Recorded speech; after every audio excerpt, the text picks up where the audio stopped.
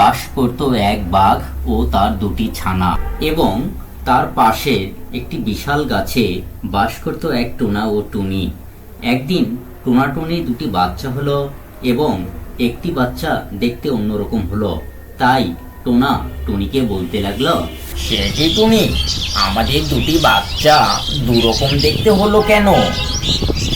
একটি বাচ্চা আমাদের মতো হলেও অন্যটি বাচ্চা কেমন কালো বর্ণের হচ্ছে, দিন দিন কেমন বিদঘুটে দেখা যাচ্ছে। আমার একদমই এরকম বাচ্চা পছন্দ না। তুমি এই বাচ্চাটিকে এক্ষুনি বাসা থেকে ফেলে দাও। তুমি এসব কি বলো? কালো হোক আর যাই হোক, সে তো আমাদের ওই বাচ্চা। আমরা বাবা মা হয়ে বাচ্চাদের সাথে এমন করা উচিত হবে না। এই ছোট্ট কালো বাচ্চাটিকে তুমি কষ্ট দিও না আহ, কালো বাচ্চা আমার একদমই পছন্দ না।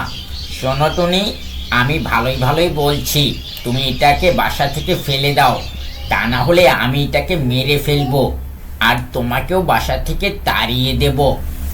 এরপর টুনি বাধ্য হয়ে কালো বাচ্চাটিকে বাসা থেকে ফেলে দিল। শোনো বাছারা, তোমরা একটু সাবধানে থেকো, আমি শিকারে গেলাম, দেখি কিছু পাই কিনা।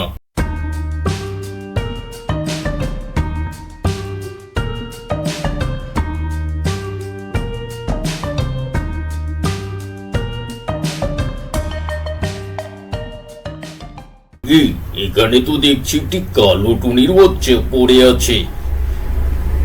এতটুকু বাচ্চা দিয়ে কি হবে? না, এটাকে নিয়ে যাই, আমার বাচ্চা দুটো মজা করে খাবে।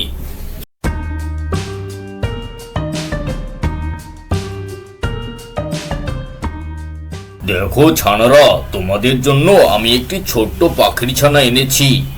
এটি বেশ অসুস্থ। এখন বলো, তোমরা এটিকে খাবে নাকি কি করবে?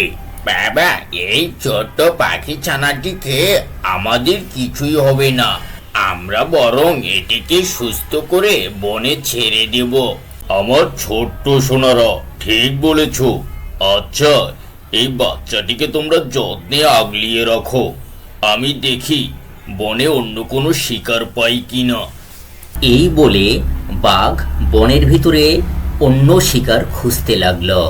কি গো, ঘরে তো খাবার নেই, একটু বাইরে যাও, খাবার নিয়ে এসো।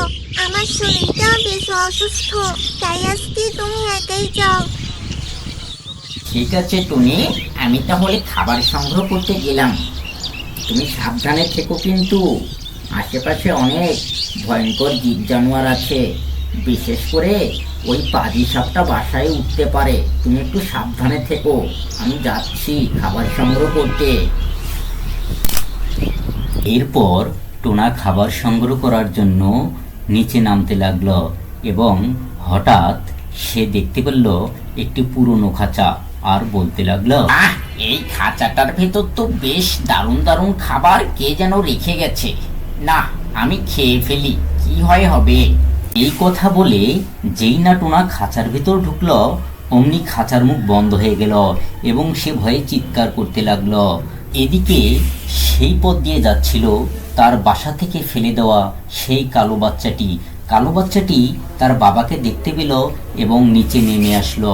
আমাকে বাঁচাও, আমাকে বাঁচাও বাবা, আমাকে বাঁচাও বাবা, আমাকে বাঁচাও, আমি খুব কষ্টে আছি, আমি এখানে থাকতে পারছি না, কে যেন আমাকে খাঁচায় বন্দি করে রাখলো, প্লিজ আমাকে বাঁচাও। সে কি বাবা, তুমি এখানে কিভাবে বন্দি হলে?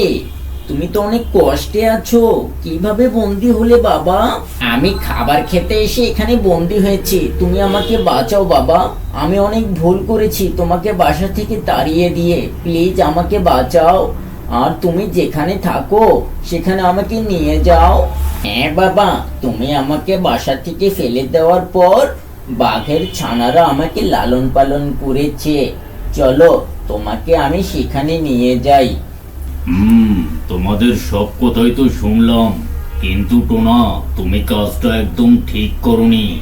তুমি নিজের বাচ্চাকে বাসা থেকে ফেলে দিয়েছো, আর আমি এটিকে খাওয়ার জন্য এনেছিলাম, কিন্তু দেখো আমার বাচ্চাগুলো এটিকে না খেয়ে কেমন লালন পালন করে বড় করেছে, আর তুমি পিতা হয়ে বাচ্চাটিকে বাসা থেকে ফেলে দিয়েছো। তুমি কাজটা একদম ঠিক করোনি। আমাকে ক্ষমা করে দিন রাজামশাই, আমি বুঝতে পারিনি, আমার অনেক ভুল হয়ে গেছে।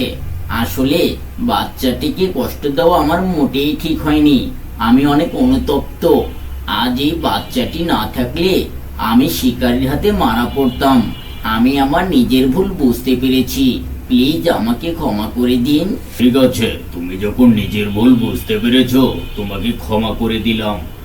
আর শোনো টুনি ছানা, তুমি কি তোমার বাবা মায়ের কাছে ফিরে যেতে চাও, নাকি আমাদের কাছেই থাকবে বলো? বাঘ মামা, আপনি আমাকে অনেক যত্ন করেছেন, আপনার ঋণ কোনোদিন শোধ করতে পারবো না। কিন্তু আমার অনেক ইচ্ছা আমি আমার বাবা মা ভাইয়ের সাথে থাকবো। প্লিজ আমাকে ওনাদের সাথে থাকার অনুমতি দিন। ঠিক আছে, তুমি তাহলে তোমার বাবা মায়ের সাথে থাকো, সুখে শান্তিতে বসবাস করো।